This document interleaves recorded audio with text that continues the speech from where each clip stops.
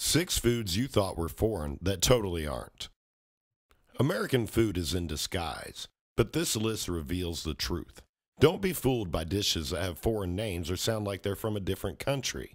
As it turns out, many popular cuisines in America, from Chinese food to Mexican food, feature dishes that aren't even associated with China or Mexico. This list of American foods with foreign-sounding names will set the record straight on your all-American meal.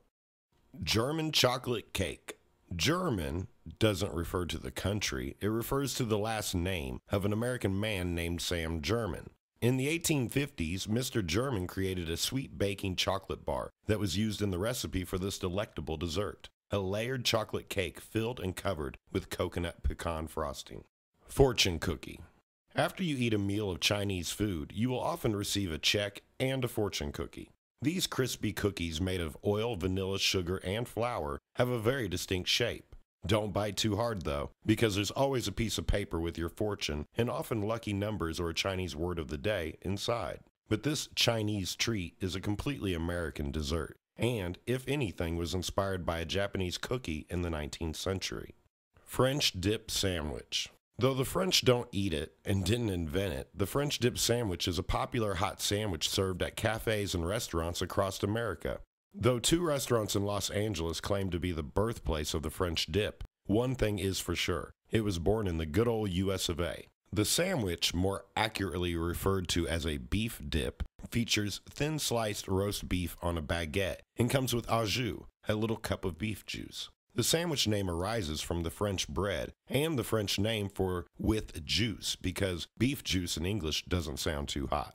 Cuban sandwich. This should really be called the Floridian sandwich. This popular sandwich is a ham and cheese Sammy, plus pork, pickles, and mustard, that got its name from the Cuban immigrant communities in which it was first served. In the late 1800s, immigrants in Tampa, Key West, and Ybor City would cook up classic Cubans using Swiss cheese, dill pickles, sliced roast pork, glazed ham, and yellow mustard.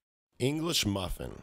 Unlike America, the English muffin did not begin in the United Kingdom. This small, circular, thin yeast-leavened bread always makes for the perfect breakfast sandwich. They're even good with just some butter or cream cheese, but they're also vital ingredients in Eggs Benedict. Though these muffins aren't English, the baker who first made them was. He just happened to be in America in the late 1800s when he created this bread, which was based on his mother's tea cake recipe. Swiss steak. Swiss steak refers to beef, or sometimes other meat that is pounded or rolled before being braised in a cooking pot of tomatoes. But the Swiss in Swiss steak ain't a shout out to the country of secret bank accounts. It's about Swissing. This Swissing is the aforementioned pounding or rolling process that softens material, or in this case, tenderizing delicious beef. Make no mistakes, this dish is wholly American.